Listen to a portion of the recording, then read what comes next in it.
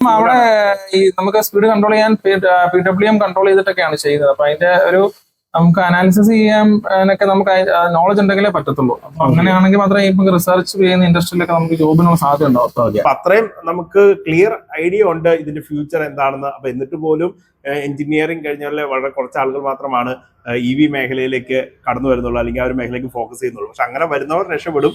അല്ലാണ്ട് എല്ലാവരും പോകുന്നതിന്റെ പുറകെ പോയിട്ട് നമുക്ക് കരിയറിൽ എങ്ങനെ ഒരു ഗ്രോത്ത് ഉണ്ടാവും എന്നുള്ളത് നിങ്ങൾക്ക് ചിന്തിച്ചാൽ തന്നെ മനസ്സിലാക്കാവുന്ന ഒരു കാര്യമുള്ളൂ.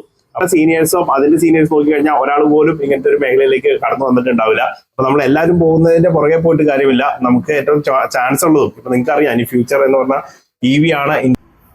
ഹലോ ഫ്രണ്ട്സ്, നിങ്ങൾ BTech ഡിപ്ലോമ കഴിഞ്ഞിട്ട് ഈ ഇലക്ട്രിക് വെഹിക്കിൾ മേഖലയിൽ എഞ്ചിനീയറിംഗ് ലെവലിലുള്ള ഒരു കോഴ്സ് ചെയ്യാൻ താല്പര്യമുണ്ടോ? എങ്കിൽ കേരളത്തിൽ നിങ്ങൾക്ക് ഒറ്റ ഓപ്ഷൻ ഉള്ളൂ, MTTC. എന്തുകൊണ്ടാണെന്നല്ലേ, എന്ന് നിങ്ങൾ വിചാരിക്കും EVക്ക് ഒറ്റ ട്രെയിനിങ് ഇൻസ്റ്റിറ്റ്യൂട്ട് ഉള്ളൂ. അങ്ങനെയല്ല പറഞ്ഞത്. EV നമുക്ക് സർവീസിന് നിരവധി ഓപ്ഷൻസ് ഉണ്ട്, പല ഇൻസ്റ്റിറ്റ്യൂട്ടുകളുണ്ട്. പക്ഷെ എഞ്ചിനീയറിംഗ് ലെവലിൽ നമുക്ക് റിസർച്ച് ആൻഡ് ഡെവലപ്മെന്റിൽ ആ ഒരു ഫീൽഡിലേക്ക് പോകണമെങ്കിൽ അതിനുള്ള ഓപ്ഷൻ ഇപ്പൊ നിലവിൽ MTTC മാത്രമേ ഉള്ളൂ. അതെന്താണെന്നുള്ള കാര്യമാണ് നമ്മൾ ഇന്ന് ഈ വീഡിയോയിൽ സംസാരിക്കുന്നത്. അപ്പോൾ അതുകൊണ്ട് നമ്മളിപ്പോൾ എന്താ ഇവിടെ ഡെമോൺസ്ട്രേറ്റ് ചെയ്ത് വെച്ചേക്കുന്നത് ഫാസ്റ്റ് ആയിട്ട് പറഞ്ഞാൽ, ഇതിപ്പോ നമുക്കൊരു മോട്ടോർ ഡ്രൈവ് ആണ്. ഇലക്ട്രിക് വെഹിക്കിളിൽ ഈ പറയുന്ന പോലെ പലതരം പവർ ഇലക്ട്രോണിക് ഡിവൈസുകൾ ഉള്ളതാണ്. അതിനകത്ത് ഇപ്പം ഈ പറയുന്ന നമ്മളിപ്പോ ഡെമോൺസ്ട്രേറ്റ് ചെയ്തിരിക്കുന്നത് ഒരു മോട്ടോർ ഡ്രൈവ് ആണ്. ആക്ച്വലി BTech കഴിഞ്ഞ ഒരാൾക്ക് ഈ പറയുന്ന പോലെ ഉള്ള ഓപ്ഷൻസ് എന്ന് പറഞ്ഞു കഴിഞ്ഞാൽ അവർക്ക് ടെക്നീഷ്യൻ ലെവലല്ല, ഡിസൈനിങ് ലെവലിലാണ് ചെയ്യേണ്ടത്. അപ്പൊ നമുക്ക് മെയിൻ ആയിട്ട് EEC ഒക്കെ കഴിഞ്ഞിട്ടുള്ള ആൾക്കാർക്ക് ആ ഒരു മേഖലയിൽ, ഓട്ടോമോട്ടീവ് മേഖലയിൽ മെക്കട്രോണിക്സും മെക്കാനിക്കലും ഓട്ടോമൊബൈൽ എഞ്ചിനീയറിംഗ് അല്ലെ, ഇവർക്ക് എല്ലാവർക്കും പറ്റുന്നതാണ്. Electrical, electronics, mechatronics, mechanical, automobile ഇവർക്കൊക്കെയാണ് കൂടുതൽ സൂട്ടബിൾ ആവുന്നത്. പിന്നെ ഏത് എഞ്ചിനീയറിംഗ് മേഖലയിലുള്ളവർക്കും ഇത് ക്യാച്ച് ചെയ്തെടുക്കാം. നമുക്കറിയാം BTech ഡിപ്ലോമയിലാണെങ്കിലും ഏത് മേഖല ഇതാണെങ്കിലും എല്ലാ ഫീൽഡും കവർ ചെയ്ത് പോകുന്നുണ്ട്. അപ്പൊ അതുകൊണ്ട് നമുക്ക് ഏത് മേഖലയുള്ളവർക്ക് ഇത് ക്യാച്ച് ചെയ്തെടുക്കാൻ പറ്റുന്നതാണ്. അപ്പൊ നമ്മുടെ സ്റ്റുഡൻസ് തന്നെ ഇതുപോലത്തെ PCB ബോർഡിൽ പവർ ഇലക്ട്രോണിക് ഡിവൈസുകൾ സോൾഡർ ചെയ്ത് പിടിപ്പിച്ചിരിക്കുന്നതാണ് ഇത്. അപ്പൊ അത് നമ്മൾ ഇതിന്റെ പെർഫോമൻസ് അനാലിസിസ് ആണ് ഇവിടെ ചെയ്യുന്നത്. അപ്പൊ അങ്ങനെ അനാലിസിസ് ടെസ്റ്റിംഗ് DSO യൂസ് ചെയ്തിട്ട് നമ്മൾ അതിന്റെ വേവ് ഫോംസ് ഒക്കെ ക്യാച്ച് ചെയ്യുന്നതാണ്. ഇത് PWM പൾസ് വിഡ്ത് മോഡുലേഷന്റെ ഒക്കെയാണ്. ഓക്കെ. അപ്പൊ നമുക്ക് ഇതിനകത്ത് എവിടേക്കാണ് ജോലി കിട്ടുന്നത് എന്ന് പറഞ്ഞാൽ, നമുക്ക് ഏത് മാനുഫാക്ചേഴ്സും നോക്കുവാണെങ്കിലും, അതുപോലെ motor manufacture, EV motor controller design ചെയ്യുന്ന കമ്പനീസ്, സോഫ്റ്റ്വെയർ സിമുലേഷൻ ടെസ്റ്റിംഗ് ചെയ്യുന്ന കമ്പനീസിൽ എല്ലാം R&D വിങ് ഉണ്ട്. അപ്പൊ അങ്ങനത്തെ റിസർച്ച് ആൻഡ് ഡെവലപ്മെന്റിലേക്ക് നമുക്ക് നല്ല പാക്കേജസും ആണ് ഇന്ത്യയിൽ തന്നെ വിവിധ കമ്പനീസ് പ്രൊവൈഡ് ചെയ്യുന്നത് അല്ലേ. അപ്പൊ ആ ഒരു അവിടത്തൊക്കെ ഇന്റർവ്യൂസ് ഫേസ് ചെയ്യാനും അവിടത്തേക്കൊക്കെ നിങ്ങളുടെ CV സെലക്ടഡ് ആവണമെങ്കിൽ നിങ്ങൾക്ക് ഇങ്ങനെയുള്ള ലെവലിലുള്ള ഒരു സ്കിൽ ഡെവലപ്മെന്റ് ആണ് ചെയ്യുന്നത്. നമുക്ക് ഈ സൈഡ് നോക്കി കഴിഞ്ഞാൽ അറിയാൻ പറ്റും.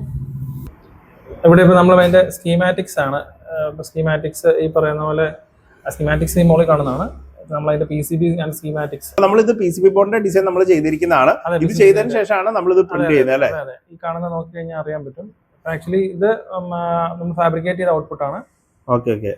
അപ്പൊ ഇതൊക്കെ നമുക്ക് അനാലിസിസിനും അതുപോലെ testing, simulation, research and development ഇങ്ങനെയൊക്കെയുള്ള മേഖലകളിലേക്ക് നമുക്ക് നോർമൽ മേഖലയിൽ കിട്ടുന്നതിനേക്കാളും ഇരട്ടിയിലധികം, അല്ലെങ്കിൽ 4 ഇരട്ടിയോ 5 ഇരട്ടിയോ സാലറി പാക്കേജ് ആണ് നമുക്ക് ഇന്ത്യയിലെ തന്നെ വിവിധ കമ്പനീസ് കൊടുക്കുന്നത്. ഒരു കമ്പനിയുടെ പ്രോഫിറ്റ് എന്ന് പറയുന്നതിൽ തന്നെ വളരെയധികം ഇൻഫ്ലുവൻസ് ചെയ്യുന്നതാണ് അവരുടെ R&D ടീം. സോ അത്രയും കെയർ ചെയ്തിട്ടാണ് ഓരോ കമ്പനി അവരുടെ R&D ടീമിനെ മെയിൻറ്റെയിൻ ചെയ്യുന്നത്.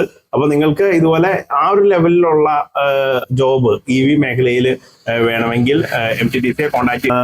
അപ്പോൾ നമുക്ക് ഇങ്ങനത്തെ സോഫ്റ്റ്വെയർ വെച്ചിട്ട് നമ്മളിത് ഡിസൈൻ ചെയ്യുന്നു. അതിനുശേഷം നമ്മൾ ഇങ്ങനത്തെ PCB ബോർഡ് ചെയ്യുന്നു, ഫാബ്രിക്കേറ്റ് ചെയ്തിട്ട് അസംബ്ലിംഗ് ചെയ്യുന്നു. ഓക്കെ. നമ്മൾ സിമുലേഷൻ സിമുലേഷൻ ലാബിലൊക്കെ സിമുലേറ്റ് ചെയ്യുന്നുണ്ട്. സിമുലേഷൻ മാത്രമല്ല, അല്ലാതെ ഇലക്ട്രോണിക്സിന് വേണ്ടിയുള്ള സിമുലേറ്റേഴ്സ് ഉണ്ട്. എംബഡഡ് സിസ്റ്റത്തിന്റെ application embedded system and power electronics, embedded സിസ്റ്റത്തിന്റെ എംബഡഡ് ഹാർഡ്വെയർ ഡിസൈനിങ് ഉണ്ട്. അതുപോലെ എംബഡഡ് ഫേംവെയർ ഡിസൈൻ. നമ്മളിവിടെ EVയിൽ വരുമ്പോൾ എഞ്ചിനീയേഴ്സിന് എംബഡഡ് സിസ്റ്റത്തിന്റെ EV ആപ്ലിക്കേഷൻ ലെവലിൽ എന്തൊക്കെയാണ് കൊടുക്കാൻ പറ്റുന്നത്? ഇലക്ട്രോണിക് കോമ്പണൻസ് അല്ല, ഇലക്ട്രോണിക് പാർട്ട് എടുത്ത് നോക്കിയെന്ന് പറഞ്ഞാൽ ഇലക്ട്രിക് വെഹിക്കിളിലുള്ള അവിടെ എല്ലാം ഈ പറഞ്ഞ എംബഡഡിന്റെയും പവർ ഇലക്ട്രോണിക്സിന്റെ യൂസേജ് ഉണ്ട്. കാരണം ഇലക്ട്രിക് വെഹിക്കിൾ എന്ന് പറയുന്നത് ഈ ഹൈ കറണ്ടും ഹൈ വോൾട്ടേജിലും ഒക്കെ പ്രവർത്തിക്കുന്നതാണ്. അവിടെ എല്ലാം ഈ പറയുന്ന പോലെ തന്നെ പവർ ഇലക്ട്രോണിക്സ് ആൻഡ് എംബഡഡ് സിസ്റ്റത്തിന്റെ യൂസേജ് വളരെയധികം കൂടുതലാണ്. അപ്പൊ എംബഡഡ് സിസ്റ്റം EVയിൽ എന്ത് പർപ്പസിനാണ് ഉപയോഗിക്കുന്നത്? അത് കൺട്രോൾ സൈഡിൽ മെയിൻ ആയിട്ട് എംബഡഡ് സൈഡ് ആണല്ലോ. എംബഡഡ് സിസ്റ്റം ആണ് അതിനെ കൺട്രോൾ ചെയ്യുന്നത്. അതിന്റെ അകത്ത് ഫേംവെയർ ആൻഡ് ഹാർഡ്വെയർ ഡിസൈനിങ് വളരെ ഇമ്പോർട്ടന്റ് ആയിട്ടുള്ള ഒരു ടോപ്പിക്കാണ്. അപ്പം ആ മേഖലയിൽ ഇന്നത്തെ കാലത്ത് നമുക്ക് വളരെയധികം സാധ്യതയാണ്. പ്രത്യേകിച്ച് EV ഒരു ഡെവലപ്മെന്റ് ഉള്ളതുകൊണ്ട് നമുക്ക് എഞ്ചിനീയേഴ്സിന് വളരെയധികം ആവശ്യമായിട്ട് വരും. ടെസ്റ്റിംഗിലാണെങ്കിലും ഡിസൈനിങ്ങിലാണെങ്കിലും എല്ലാത്തിനും ഈ പറയുന്ന പോലെ ഇപ്പൊ ഡിസൈൻ